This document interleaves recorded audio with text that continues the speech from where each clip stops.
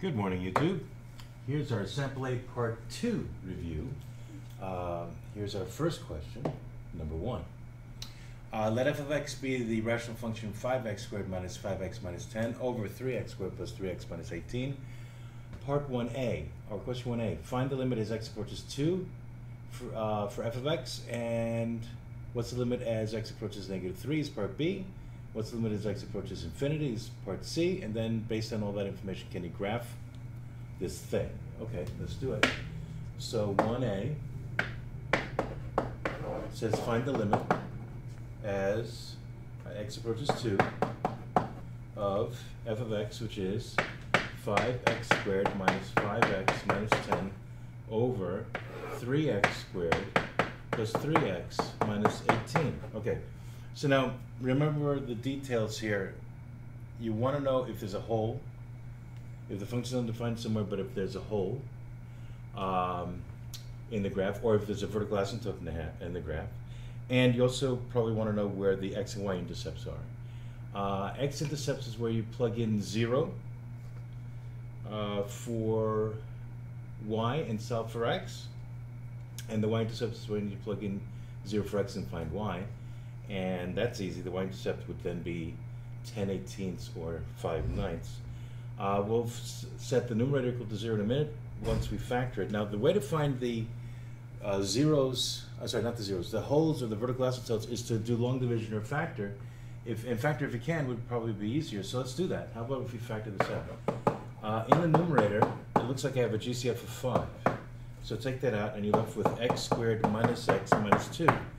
In the denominator, you have a GCF of 3, so take that out. X squared plus x minus 6. But can't you factor some more? Let's find the limit as x approaches 2 of, let's see, what multiplies to negative 2 and adds to negative 1? I think it would be negative 2 and positive 1. So how about 5 times x minus 2 times x plus 1? Because 1 times negative 2 is negative 2, and 1 plus negative 2 is negative 1, so that would FOIL out correctly. And the same thing in the denominator, what multiplies to negative 6 and that's the positive 1? How about x minus 2 and x plus 3? Because 3 times negative 2 is negative 6, and 3 plus negative 2 is positive 1. So what happens here? Well, if you plug in 2, you get a 0 in the denominator, so that's undefined. But the offending factor cancels, so that's a hole. So that limit exists. In other words, plug in 2 into what's left. So you get 5 times, let's see, 2 plus 1 is 3, over 3, over 3 times, let's see, let's plug in 2 over here, 2 plus, 2, plug in 2, hang on. Is it 1, really? Oh, I thought it was something else. Okay, there you go. So plug in 2 here, you get 3. Plug in 2 on the bottom, you get 5. The 5's cancel, the 3's cancel. Oh, the limit's 1. Okay, so y equals 1 is a, sorry, at the point 2 comma 1, you have a hole. Aha, there you go. All right, so 2 comma 1 is a hole.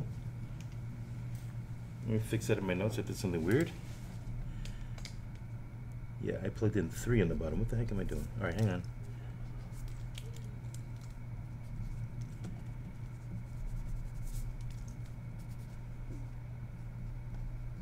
Okay, and so part B says, what's the limit as x approaches negative 3? Well, again, if you plug in negative 3 plus 3 is 0 on the bottom, but that, well, and that x plus 3 doesn't cancel, so in the limit at negative 3 just does not exist. So 1b, the limit as x approaches negative 3 of what's left, 5 times x plus 1 over 3 times x plus 3 just does not exist. What does that mean? There's a vertical asymptote at x equals negative 3. So we have a hole at 2 comma 1 and a vertical asymptote at x equals negative 3. Now what about the limit at infinity? Okay, what about the limit at infinity? Well, the limit at infinity gives you horizontal asymptotes if they exist. And so take a look at the original problem.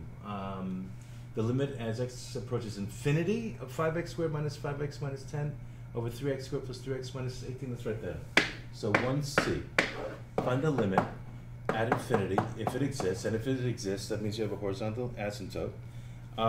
So let's go back to the original problem. 5x squared minus 5x minus 10 over 3x squared plus 3x minus 18. Well, that's equal degree, right? So 5/3. All right, so you have a horizontal asymptote of 5/3 or 1 and 2/3, 1.6 repeating, right? Okay, so put that all into your graph. Now, if you go back here, when is the numerator 0? When is y 0? At x equals 2 or at x equals -1. But at x equals 2, you have a hole. So at x equals -1, you have an x-intercept. Whoops, get this out of the way. Okay. And again, if you plug in 0 for x, you're going to get a y-intercept of -10 over -18, which is 5/9. So put all of that into your graph. So here we go, 1D. So let's graph this mess. Here we go. Here's the x-axis, here's the y-axis. Okay, so we had a hole at 2, 1. There's a hole. We had a y-intercept of 5/9. We have an x-intercept of -1. We also have a vertical asymptote at -3.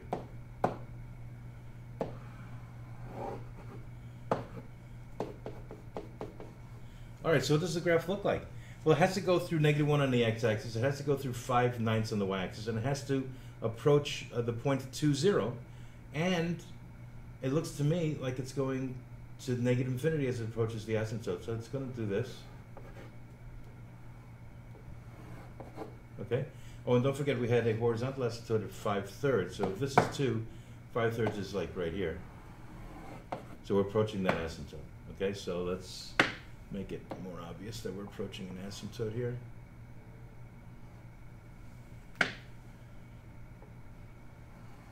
Okay, there you go.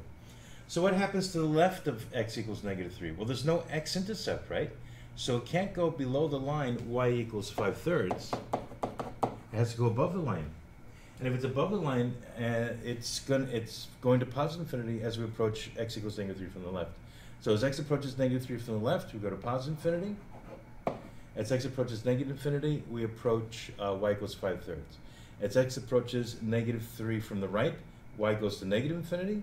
And as x approaches positive infinity, y is approaching 5/3. I think that's a complete graph. And I guess you should label it. So this is y equals 5x squared minus 5x minus 10 all over 3x squared plus 3x minus 18. And that's question number 1. How to graph rational functions. You need to find the holes, the horizontal and vertical asymptotes, the x and y intercepts, and that'll basically cover all your bases. All right, that was number 1. Let's take a look at, right, did we finish number 1? Let's see, 1A, 1B, 1C, 1D. Yep, we did everything. Okay, let's take a look at question 2. Where did I put question 2? Is it question 2? Oh, wait. You can check that on your calculator if you want. You're going to get the same exact graph. Okay, question 2 is over here. All right, so let f of x equal x squared plus 2x. Find the limit. Find f prime of x, which is the limit as h goes to 0 of f of x plus h minus f of x all over h. Right? F of x plus h minus f of x all over h is h up to 0, right? Okay, so in other words, just do the long method of finding the derivative. By the way, you know the answer should be what? 2x plus 2. You know the power rule. Okay, so let's try that. Here's number 2. F of x is... Right, so this is the long way, right, of finding the derivative. X squared plus 2x. But of course, you know 20/20 hindsight, you know the right answer. So if you mess up, you can always check your work. F prime is going to be the limit as h goes to 0 of f of x plus h. That means plug in x plus h wherever you see x into f of x. So x plus h squared plus 2 times x plus h. But don't forget minus f of x itself. So minus quantity x squared plus 2x. All over h. And the idea is to simplify this so it's a plug-in limit for h equals 0, but right now it's not because you get a fraction over 0. All right, so FOIL. Find the limit as h goes to 0. And you know that x plus h squared is x squared plus 2xh plus h squared. And if you don't, just FOIL it out the long way. Or do the binomial expansion theorem. Let's distribute the 2 plus 2x plus 2h. And let's add the opposite. Add a negative x squared and add a negative 2x. So what happens? The two x's cancel and the x squareds cancel, but it's still over h. So what do you get? The limit as h goes to 0 of, let's see, x squared's gone and 2x is gone. What's left? 2xh plus h squared plus 2h over h. But the h's cancel, right? So you get the limit as h approaches 0 of 2x plus h plus 2. Now for the first time it's a plug-in limit for h equals 0 because you don't have h in the denominator. And so plug in h equals 0 and what do you get? 2x plus h, which is what we said from the get-go. All right, so that's it for sample A questions 1 and 2 on limits. Those two questions were on limits, right? This one was on limits, and this was on limits, okay? So there you go.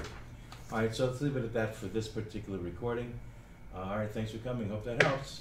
Bye-bye.